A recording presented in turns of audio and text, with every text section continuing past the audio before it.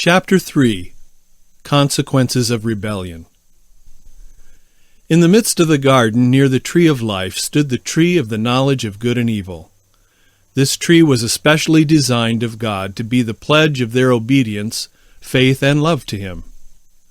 Of this tree the Lord commanded our first parents not to eat, neither to touch it, lest they die.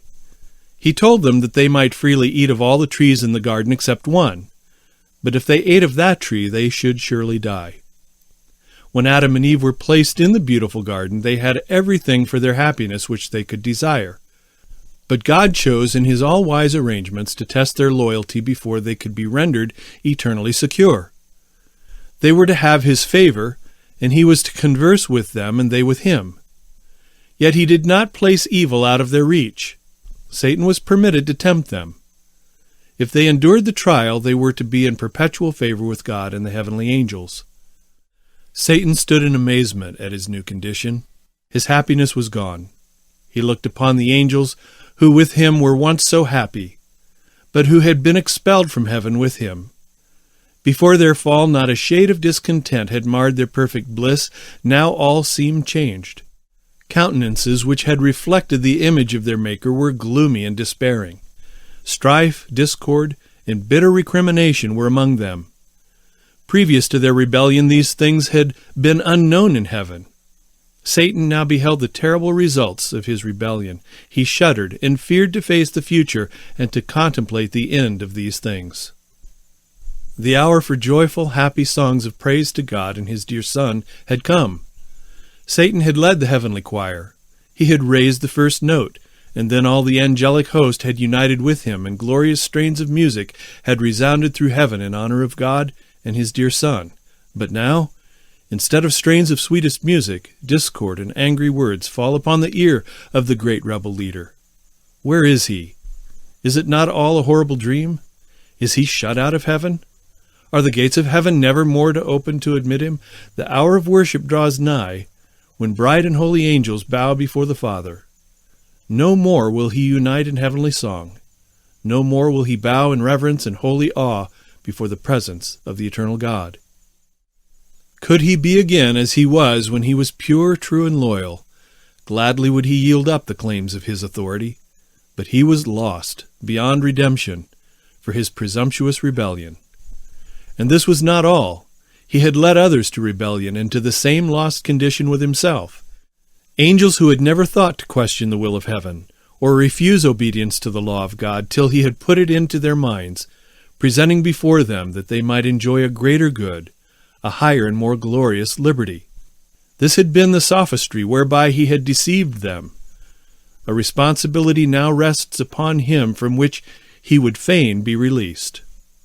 These spirits had become turbulent with disappointed hopes. Instead of greater good, they were experiencing the sad results of disobedience and disregard of law. Never more would these unhappy beings be swayed by the mild rule of Jesus Christ. Never more would their spirits be stirred by the deep, earnest love, peace, and joy which His presence had ever inspired in them, to be returned to Him in cheerful obedience and reverential honor. Satan seeks reinstatement. Satan trembled as he viewed his work. He was alone in meditation upon the past, the present, and his future plans. His mighty frame shook as with a tempest. An angel from heaven was passing. He called him and entreated an interview with Christ. This was granted him. He then related to the Son of God that he repented of his rebellion and wished again the favor of God. He was willing to take the place God had previously assigned him, and be under His wise command. Christ wept at Satan's woe, but told him, as the mind of God, that he could never be received into heaven. Heaven must not be placed in jeopardy. All heaven would be marred should he be received back, for sin and rebellion originated with him. The seeds of rebellion were still within him. He had in his rebellion no occasion for his course, and he had hopelessly ruined not only himself, but the host of angels also, who would then have been happy in heaven had he remained steadfast. The law of God could condemn, but could not pardon. He repented not of his rebellion because he saw the goodness of God which he had abused. It was not possible that his love for God had so increased since his fall that it would lead to cheerful submission and happy obedience to his law which had been despised. The wretchedness he realized in losing the sweet light of heaven, and the sense of guilt which forced itself upon him, and the disappointment he experienced himself in not finding his expectation realized, were the cause of his grief. To be commander out of heaven was vastly different from being thus honored in heaven. The loss he had sustained of all the privileges of heaven seemed too much to be borne, and he wished to regain these. This great change of position had not increased his love for God, nor for his wise and just law. When Satan became fully convinced that there was no possibility of his being reinstated in the favor of God, he manifested his malice with increased hatred and fiery vehemence. God knew that such determined rebellion would not remain inactive. Satan would invent means to annoy the heavenly angels and show contempt for his authority. As he could not gain admission within the gates of heaven, he would wait just at the entrance to taunt the angels and seek contention with them as they went in and out. He would seek to destroy the happiness of Adam and Eve. He would endeavor to incite them to rebellion, knowing that this would cause grief in heaven. The plot against the human family.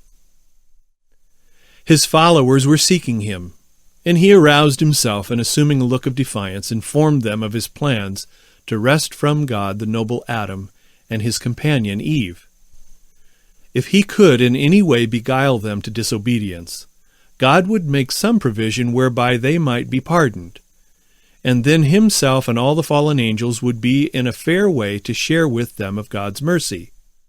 If this should fail, they could unite with Adam and Eve, for when once they should transgress the law of God, they would be subjects of God's wrath like themselves.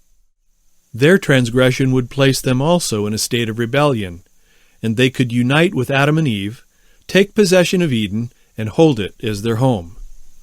And if they could gain access to the tree of life in the midst of the garden, their strength would, they thought, be equal to that of the holy angels, and even God himself could not expel them. Satan held a consultation with his evil angels. They did not all readily unite to engage in this hazardous and terrible work. He told them that he would not entrust any one of them to accomplish this work, for he thought that he alone had wisdom sufficient to carry forward so important an enterprise. He wished them to consider the matter while he should leave them and seek retirement to mature his plans. He sought to impress upon them that this was their last and only hope. If they failed here, all prospect of regaining and controlling heaven or any part of God's creation was hopeless. Satan went alone to mature plans that would most surely secure the fall of Adam and Eve.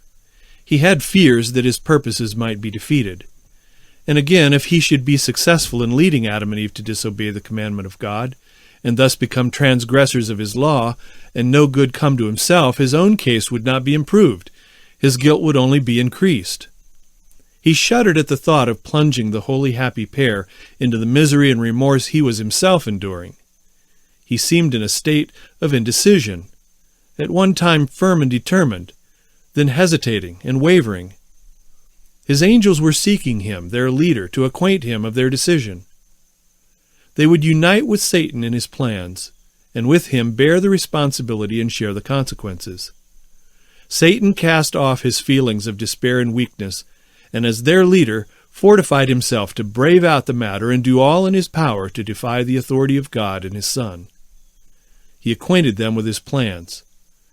If he should come boldly upon Adam and Eve and make complaints of God's own Son, they would not listen to him for a moment, but would be prepared for such an attack.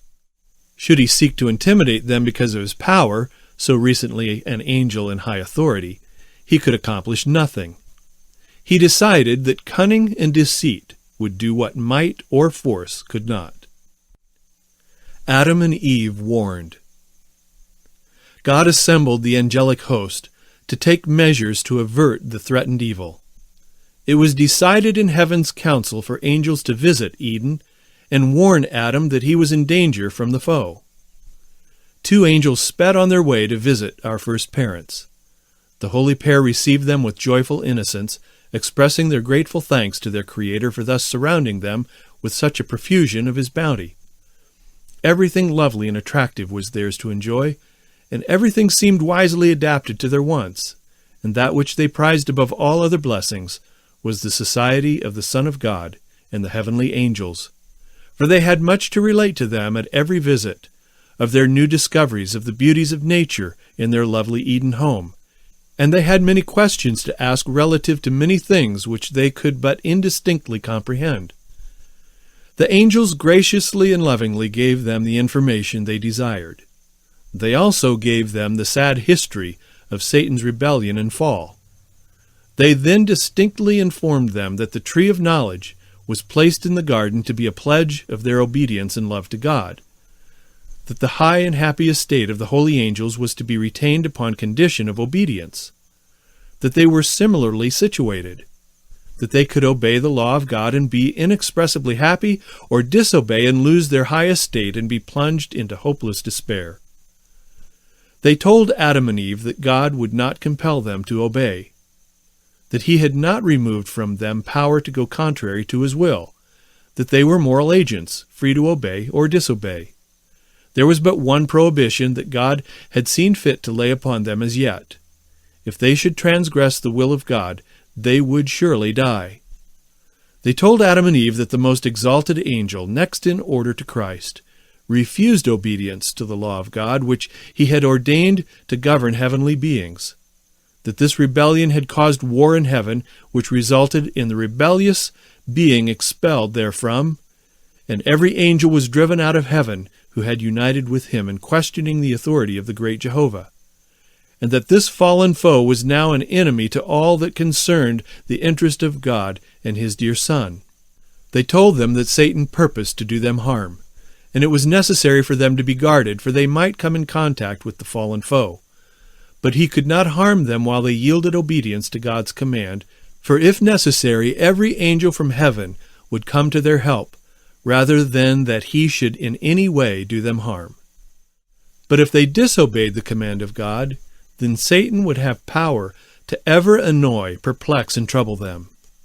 If they remained steadfast against the first insinuations of Satan, they were as secure as the heavenly angels. But if they yielded to the tempter, He who spared not the exalted angels would not spare them. They must suffer the penalty of their transgression, for the law of God was as sacred as Himself, and He required implicit obedience from all in heaven and on earth.